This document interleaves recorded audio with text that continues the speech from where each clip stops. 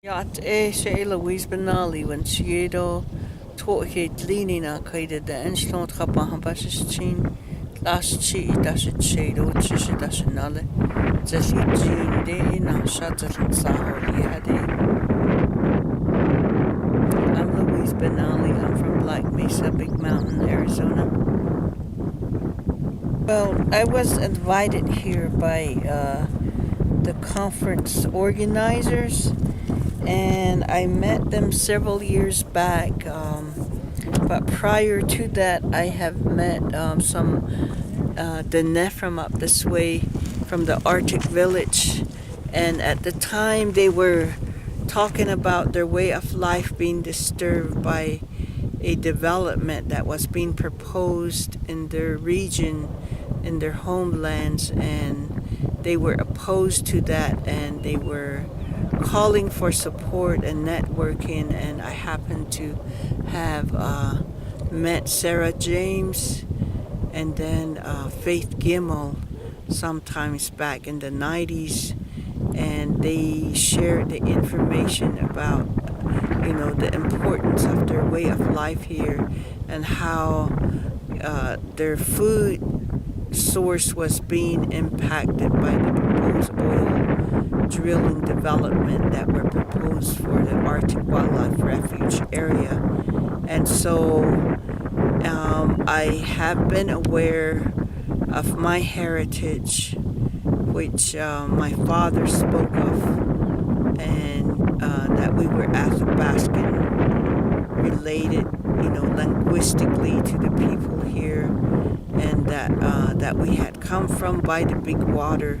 So in those days, my father told me, I asked him, I said, how did you cross the big rivers, the big waters, bodies of waters? And he said, in those times we traveled by rainbows to cross those. So our people had those powers and those knowledge to mystically travel in those ways back then, which I don't think we do that these days. And these times when my people were resisting, when they started the uprising in Big Mountain, we had a lot of people come out from different places, other native people from other places. And in these times when we had big meetings, my elders spoke of the day when we would meet again with our northern relatives, meaning these Athabascans from up north.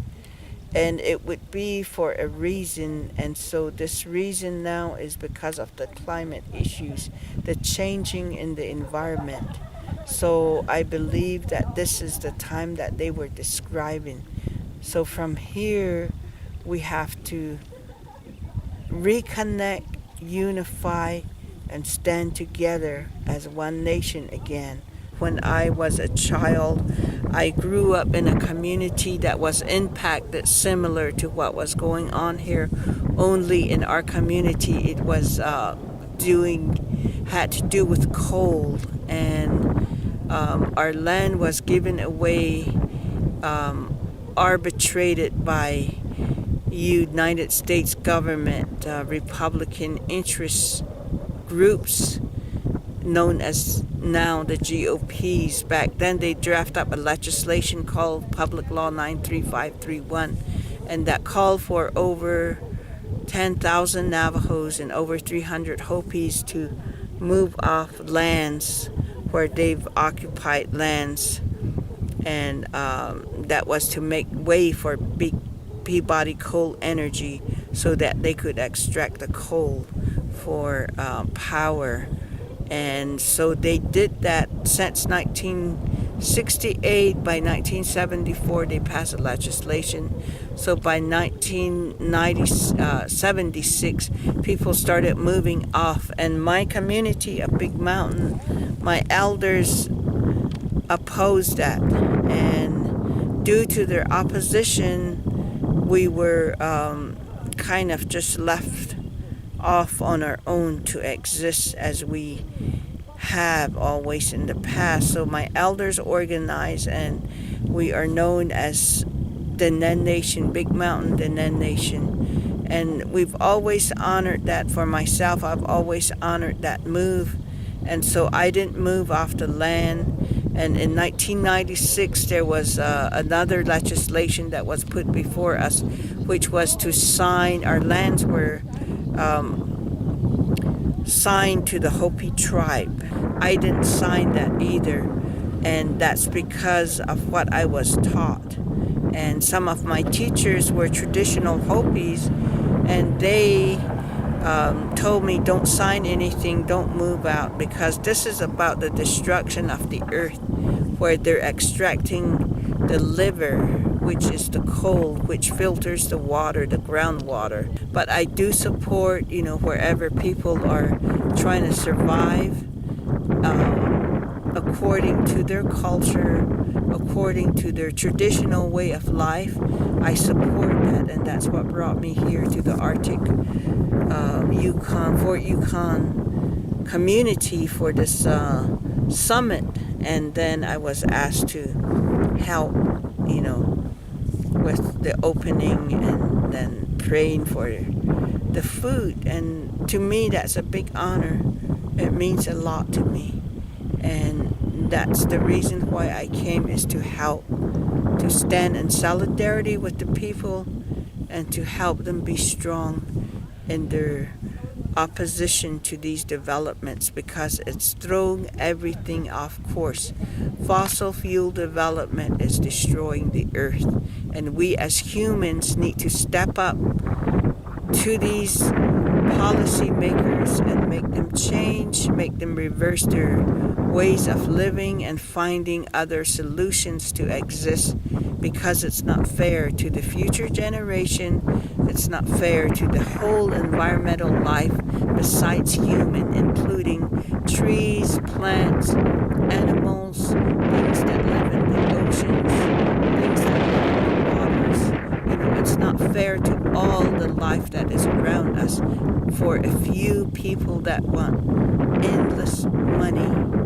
And money is not going to buy anything back. It's not going to bring the natural world back. But we must stop them. Well, we have no water, one thing. And only this year we've got rain and snow, more moisture. And so there's a lot of vegetation right now. But in the future, we don't know what's in the future. But what I know is that there is a lot of changes in the food. I grow food, and so I know about food. And last summer, when the corn growers grew their corn, there was not much corn on the corn, but they grew really tall. But there was no fruit in a lot of them. And then a lot of the seeds that we planted in the ground, they came out, but there's no fruits on them. So then what little flowers there were, we had to hand pollinate. Well, it just indicates there's less bees, there's less pollinators. That's the indicator for me, yes. And then the flowering is not only in May, which was natural in the past, but now it flowers also in September. So 2 times it flowers now. So those are the changes that I see that's happening in my immediate community. Water is life, as I was taught. We're in our mothers when we're first conceived, and when there's men and women mate, and then they make a child. The child stays in the water for 9 months in the mother's womb, and then it comes out. So I was taught water is life, and water is our first food. So that's why we have to protect and defend what little water that we have left. And even looking here, they're telling us this is the lowest they've ever seen it, to where you can see the bottom of this river, the Yukon River. It was once the largest river in this region, but now you can see the bottom, And so that's an indicator of what's happening. And they're claiming there's a lot of lakes drying up and flying into this area. We've seen that from up above, that there are dry lake beds on the other side of these rivers. So down south where I'm from, the same thing. Our water tables dropping, our water levels are dropping. And so even though we had a lot of moisture, it doesn't satisfy, the level of where they should be naturally, the natural rivers. So water is becoming scarce, and that's part of the prophecy. One time our elder said, one day if you don't pray, it's going to dry. There's going to be no more water. So I feel concerned about our future generation. When I see young people having a good time, I tell them, think about it. Don't just jump in bed and make a baby, because we're running out of water, and that's a serious consequence. And we got to think about those things, and we got to share that information whether they like it or not, because that is something to think about. And water regulates everything on this planet for survival, for food, for living things. And if we dry it out because of our greed, then it's going to be bad. But that's where we're headed to. And so we got to somehow get out there, speak up, and turn it around. The hope that I have is not much, but with faith, I have hope. And are connecting to the mother, to the sun, to the atmosphere. Those bring me hope.